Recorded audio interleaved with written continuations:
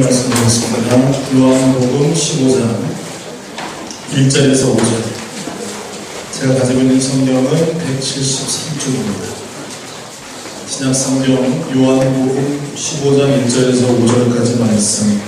우리 길지 않으니까 다 같이 한 목소리로 합독하겠습니다. 시작. 나는 참 포도나무요 내 아버지는 농부라. 무릇 내게 붙어있어 열매를 맺지 아니하는 가지는 아버지께서 그것을 제거해 버리시고 무릇 열매를 맺는 가지는 더 열매를 맺게 하여 그것을 깨끗하게 하시느니라.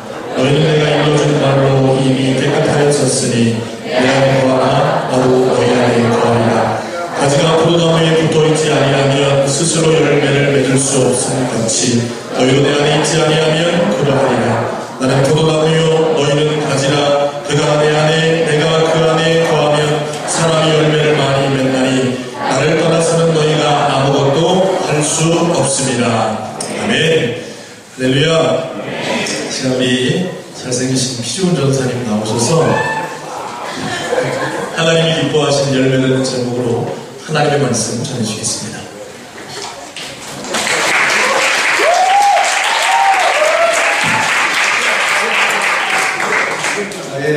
이 자리에서 여러분 너무 오랜만에 뵀는데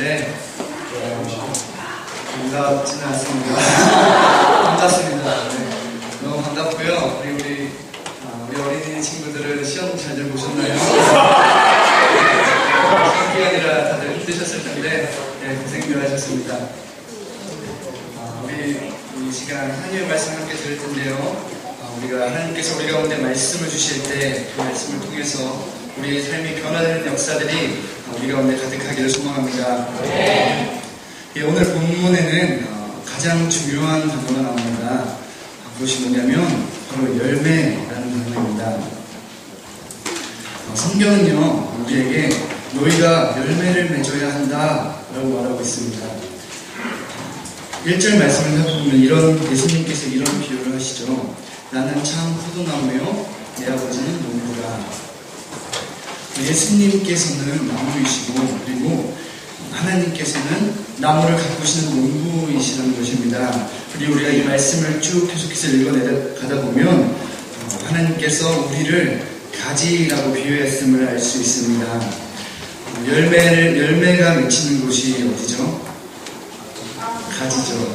네, 하나님께서 열매가 맺히는 그 가지, 그 가지를 우리라고 비유하셨습니다.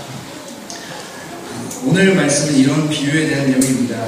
그렇다면 우리가 가지된 우리가 어떻게 열매를 맺을 수 있는지, 열매를 맺는다는 것은 무엇이든지 우리 이 시간을 통해서 살펴보기를 원합니다.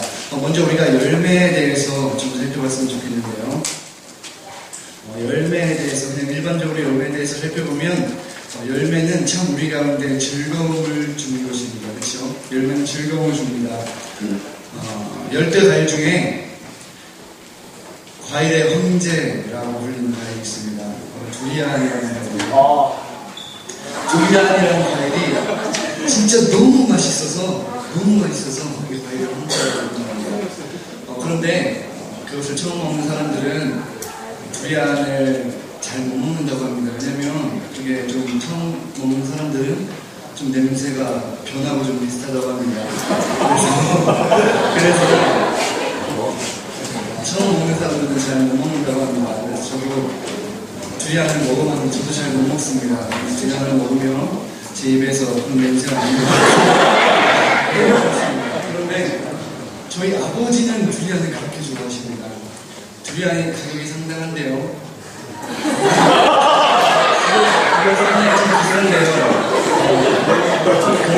우리나라에서 나지 않으니까 신기하십니다. 그런데 아버지께서 가끔 두리안을 사오셔서 엄마랑 저랑 제 동생은 먹지 않고 저희 어머니랑 아버지만 신나게 드십니다. 그렇게 드시면 저희 아버지의 입에서 어떤 냄새가 나는지 담지는 않습니다. 저희 아버지는 두리안을 너무 좋아하신다는 것입니다. 두리안 때문에 너무 기뻐하고 행복해하는 것입니다. 열매는 우리 가운데 즐거움을 준다는 것이죠. 그 열매의 또 다른 특징이 하나 있습니다. 열매라는 것은 결과물입니다. 우리 농부님들이 1년 동안 힘들게 농사진 결과물이 바로 열매라는 것입니다. 그래서 1년 동안 농사를 지면서 겪었던 모든 그들의 모든 수고와 결실들의 하나의 결과물로 나타나는 것이 바로 열매라는 것입니다. 우리가 이런 의미들로 열매들을 바라봤을 때 우리가 맺어야 하는 열매, 그리스도인들이 맺는 열매라는 것은 하나님이 기뻐하시는 우리의 결과물이라고 볼 수 있습니다. 하나님께서 기뻐하시는 우리의 결과물, 이것이 바로 우리가 성경이 말하는 열매입니다. 우리가 예수님이라는 그 나무, 예수님이라는 나무를 통해서 영양분을 공급받으면서 우리에게 나타나는 하나님이 기뻐하시는 변화들, 그리고 하나님이 기뻐하시는 그런 결과들이 바로 열매라는 것이죠. 그럼 우리가 실제적으로 어떻게 열매를 맺을 수 있습니까? 열매는 이런 것입니다. 예를 들면 여러분이 신앙생활을 시작하면서 거짓말을 하지 않기 시작했습니다. 거짓말을 안 하게 되었습니다. 그렇다면 어떤 변화가 일어났습니다. 그것은 하나님께서 기뻐하시는 열매라는 것입니다. 이 자리에 나와서 하나님이 살아계심을 믿고 하나님을 만나고 매일 주의 성수를 하는 여러분도 하나의 귀중한 열매를 맺고 있는 것입니다. 이렇게 우리 하나님으로 인하여서, 예수님으로 인하여서 우리의 삶 가운데 변화되는 모습들이 있다면 그것이 바로 우리가 가진 귀한 열매라는 것입니다. 그런데요, 오늘 제가 여러분 가운데 소개하고 싶은 한 가지 열매가 있습니다. 이 열매는 하나님께서 너무나도 기뻐하시는 열매입니다. 하나님께서 너무나도 기뻐하셔서 우리가 정말 절대 놓칠 수 없는, 우리가 정말 놓쳐서는 안 되는 그런 열매를 제가 소개하고자 합니다. 그 열매는 바로 전도라는 열매입니다. 하나님께서는요, 한 영혼을 천하보다 귀히 여기신다고 하시죠. 하나님께서 한 영혼을 천하보다 귀하게 여기십니다. 그런데 그렇게 귀하게 여기신 하나님께 한 영혼을 품에 안겨드리는 것, 그것이 정말 하나님께서 기뻐하시는 일이지 않겠습니까? 저는 여러분이 이 열매 맺기를 사모합니다. 여러분 가운데 이 열매를 통하여서 하나님을 행복하게 할 수 있는 그런 청년들이 되시길 소망합니다. 사실 우리가 누군가를 하나님을 기쁘게 할 수 있다는 것, 우리가 하나님을 기쁘게 할 수 있다는 사실은 정말 대단한 사실입니다. 우리가 누군가에게 기쁨이 된다는 건 상당히 어려운 일이죠. 특히 우리보다 높은 사람들, 특히 우리보다 뛰어난 사람들을 우리가 기쁘게 하기는 상당히 어렵습니다. 예를 들면 우리나라에서 가장 사회적 지위가 높은 박근혜 대통령, 그 대통령님을 우리가 기쁘게 하려면 어떻게 해야 되나요? 조금만 같이 봅시다.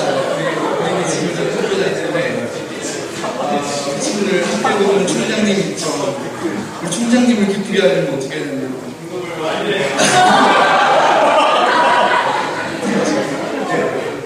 총장님 정도를 기쁘게 하려면 공부를 상당히 잘해야겠죠. 종교 1, 2등 해야 될 것입니다. 종교 1, 2등 하는 친구가 총장실에 들어가서 총장님, 이게 다 총장님 덕분입니다. 정말 총장님이 기뻐하시겠죠. 그런데 이게 어렵습니다. 전교 꼴등하는 친구가 내가 공부 우리 학교에서 제일 못하는데 총장실에 들어가서 이게 다 총장님 어렵다는 것입니다. 그런데 어쨌든 우리가 누군가의 기쁨이 되는 것은 어렵다는 것이죠. 그런데 이 세상에서 가장 높으신 분, 이 세상에서 가장 위대하신 분, 그분이 우리 때문에 기뻐하신다는 것, 그것은 정말 대단한 사실입니다. 우리가 그 높으신 하나님을, 우리가 그 전능하신 하나님을 기쁘게 할 수 있다는 것, 그건 정말 대단한 일입니다. 이것이 정말 대단한 하나님의 사랑이지 않겠습니까? 여러분 생각해 보세요. 우리가 길을 가다가 우리가 문득 하나님을 생각나서 하나님, 내가 하나님 사랑해요 라고 하는 그 고백 때문에 하나님께서 너무나 행복해 하신다는 것입니다. 저는 이런 사실, 우리가 하나님을 기쁘게 할 수 있다는 사실이 정말 눈물 날 정도로 저에게 감동적으로 와닿았습니다. 하나님께서 나 때문에 기뻐한다는 사실이 너무나도 감사했습니다. 여러분의 삶 가운데서 하나님이 여러분 때문에 기뻐하신다는 것, 그것을 누려보시기를 바랍니다. 하나님을 생각하면서 매일 내가 지은 죄 때문에 고통스러워 하지만 말고 하나님이 나 때문에 기뻐하신다는 사실, 하나님이 나 때문에 행복해한다는 그 사실을 여러분 삶 가운데 좀 누렸으면 좋겠습니다. 하나님께서 우리에게 야, 내가 너 때문에 진짜 행복하다. 야, 내가 너 때문에 진짜 내가 믿는다. 라는 말을 들을 때 우리가 너무나 행복할 것 같지 않습니까? 내가 하나님을 기쁘게 할 수 있다는 것은 정말 너무나도 신나는 일입니다. 우리가 작은 고백으로 그리고 또 때로는 작은 실천으로 하나님을 기쁘게 할 수 있다는 것은 너무 즐거운 일입니다. 길을 간다고 어떤 청년이 길을 갑니다. 길을 가는데 쓰레기가 떨어져 있습니다. 저는 연기 좀 하겠습니다. 이건 쓰레기네. 하나님 제가 죽을게요 하고 허리를 숙여서 쓰레기를 주었습니다. 그 청년은 단순히 허리를 구부렸다 평소밖에 없습니다.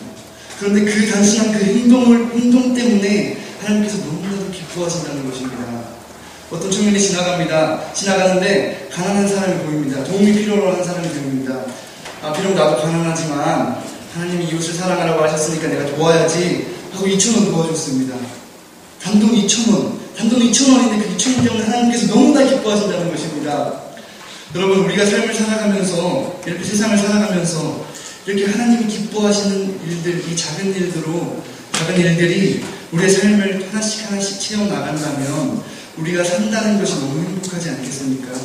그렇게 살아간다면 정말 사는 게 살만하지 않겠습니까? 저는 제가 하나님을 기쁘게 할 수 있는 이 사실이 너무나도 행복하고 소중합니다. 저는 여러분 가운데도 이 행복함이 가득하기를 소망합니다. 다시 본론으로 돌아와서 하나님께서 가장 기뻐하시는 열매, 그것이 바로 전도라는 것입니다.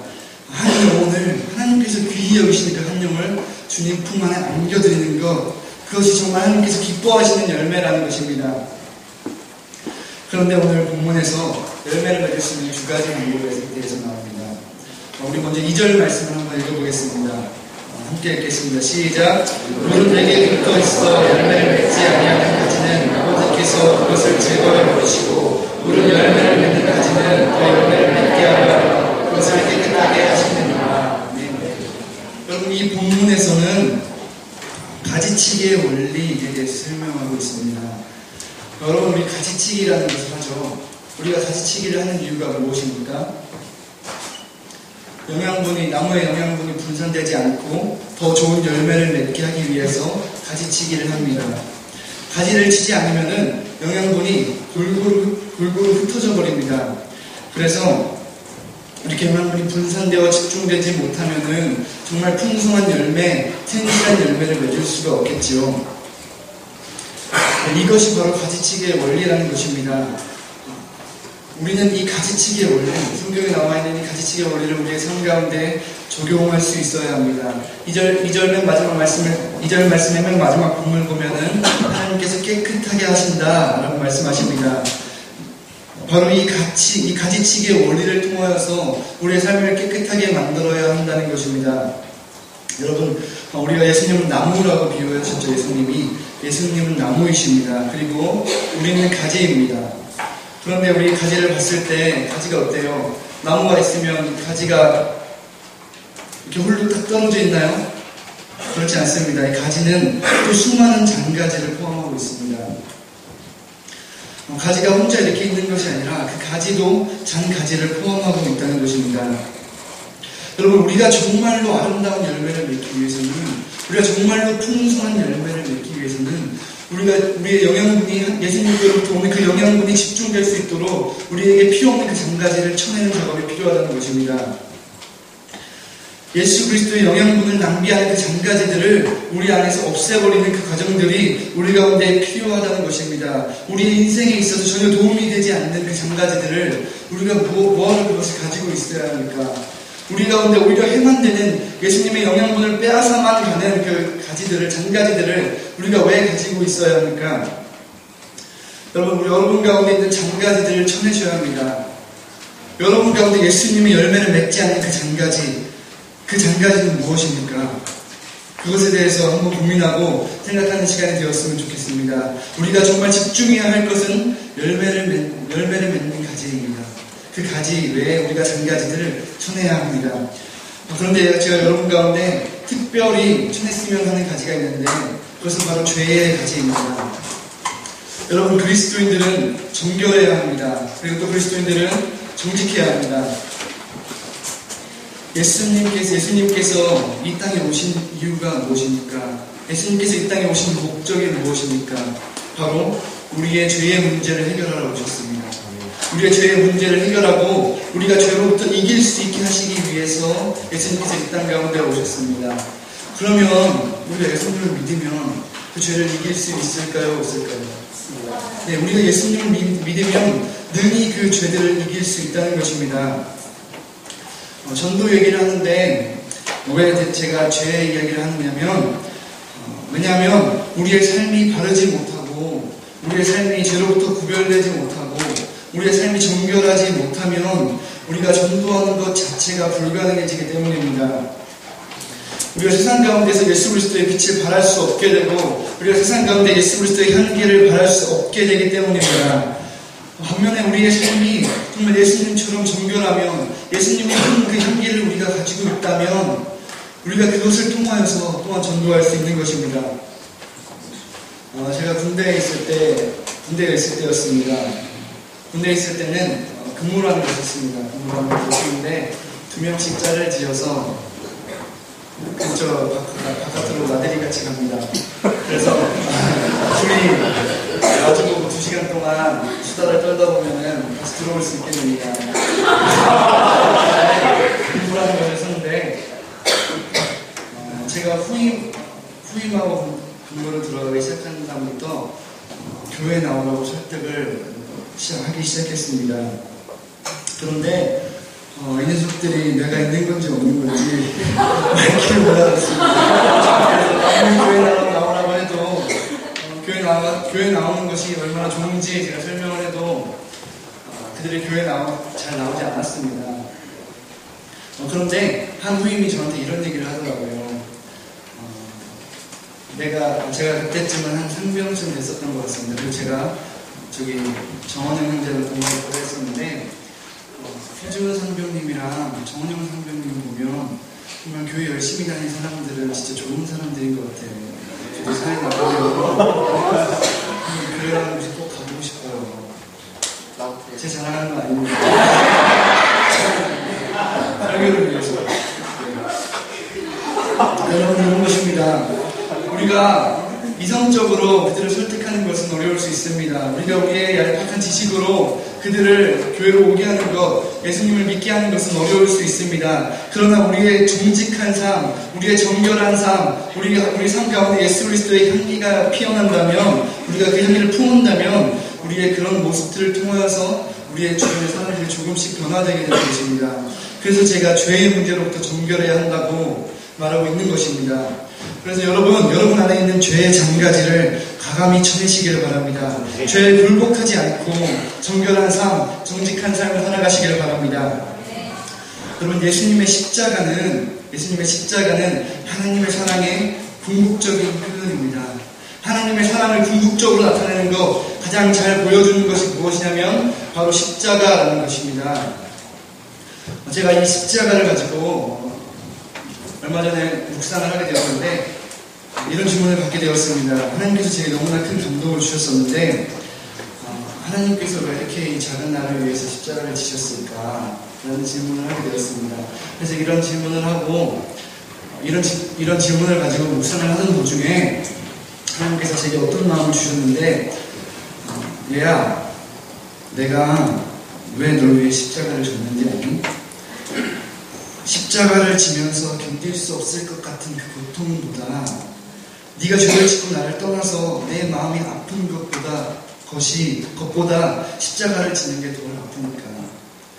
네가 나를 등지고 죄를 짓고 그리고 서서히 죽어가는 그 모습을 바라보는 게 내가 십자가에 달려서 찢기고 내가 못 박혀 죽어가는 것보다 그 고통보다 더 고통스러우니까 그래서 내가 십자가를 진 거야 라고 하나님께서 내 가운데 말씀하셨습니다. 여러분, 이것이 하나님의 사랑입니다. 정말 죽을 것 같은 그 고통, 그것보다도 예수님의 십자가에 달려 돌아가실 것 같은 육체의 그 힘든 고통보다도 우리가 떠나갈 때 더 아파하시는 그 사람, 그분, 그것이 바로 하나님의 사랑이라는 것입니다. 여러분, 이런 하나님의 사랑을 생각할 때 우리 안에 있는 그 잔가지 그냥 쳐버릴 수 있지 않겠습니까?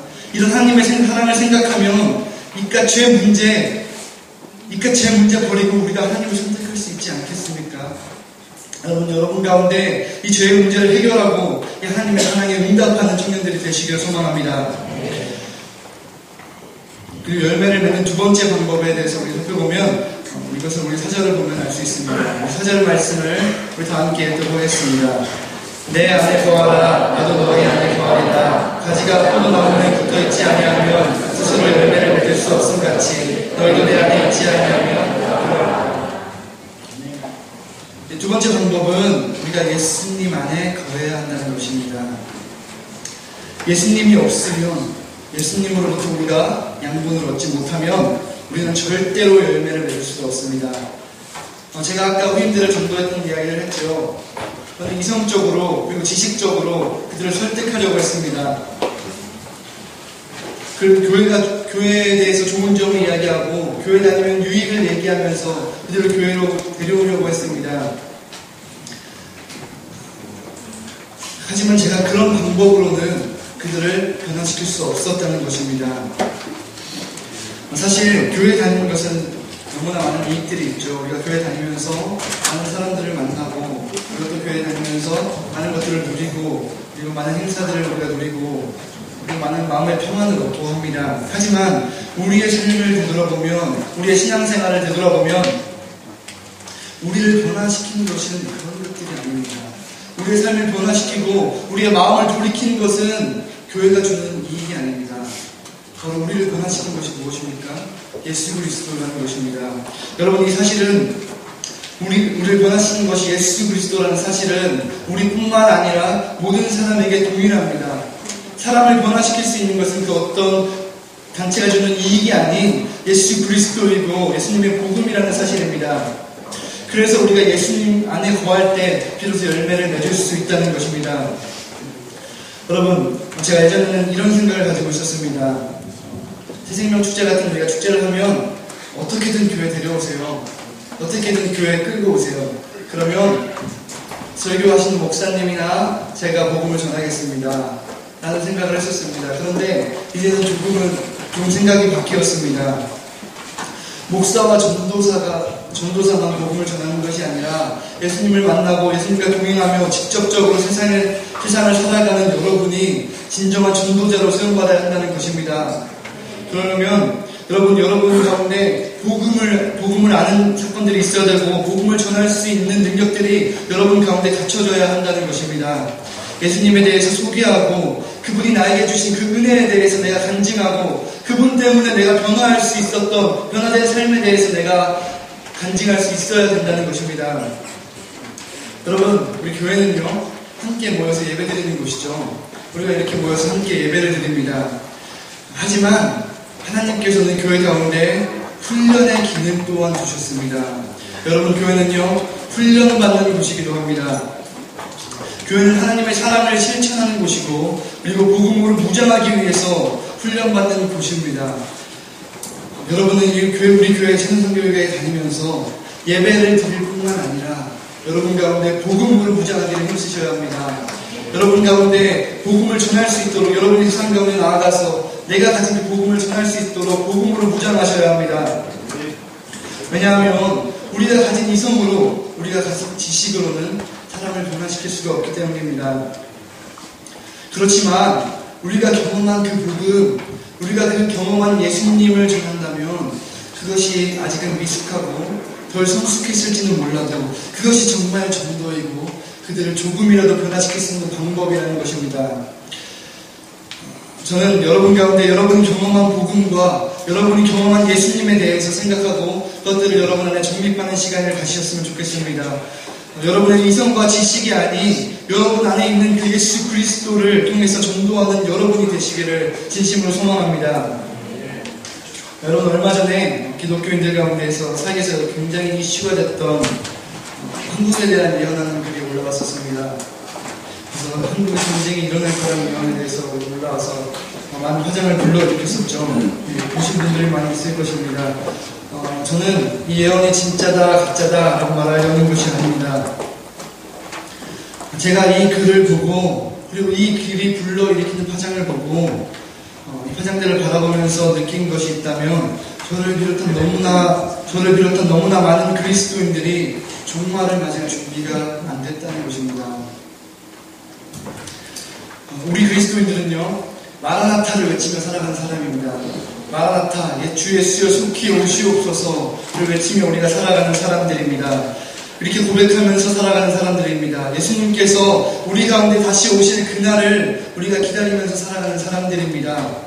그런데 우리가 입으로는 마라나타, 예수님 어서 와주세요 라고 고백하면서도 우리 종말에 대해서 우리가 준비되지 않은 모습들을 너무나 많이 보게 되었습니다. 예수님이 아직 오시면 안 되는데, 아직 예수님 오시면 안 되는데, 나 아직 내 친구들 전도 못했는데, 나 아직 내 가족 전도 못했는데, 이렇게 우리가 세상 가운데 종말로부터 우리가 종말을 준비하지 못한 모습들이 우리 안에 가득하구나 하는 것을 느꼈습니다. 여러분, 하지만 예수님께서는 도둑같이 이른다고 하셨습니다. 아무도 모르게 갑자기 찾아온다고 하셨습니다. 여러분, 우리가 이렇게 예수님이 그렇게 오신다면 우리가 평소에 살아가면서 항상 삶을 살아가면서 예수님이 언제 오셔도 예수님 어서 오세요, 내가 예수님을 기다리고 있었습니다, 예수님 너무 반가워요 하고 예수님을 반기는 삶을 살아가야 되지 않겠습니까? 우리가 예수님이 오셨을 때 우리가 예수님을 반기지 못하고 예수님 아직 오시면 안 되는데 이렇게 대답한다면 예수님의 마음이, 그리고 우리의 마음이 너무 아프지 않겠습니까? 여러분, 복음을 전하는 것이, 전도를 하는 것이 힘들다는 거 저도 압니다. 하지만 종말의 때를 살아가는 우리들은 그 복음을 전하는 것을, 전도하는 것을 미뤄서는 안 됩니다. 그리고 하나님께서 그 기뻐하시는 그 열매, 그것을 포기해서는 안 됩니다.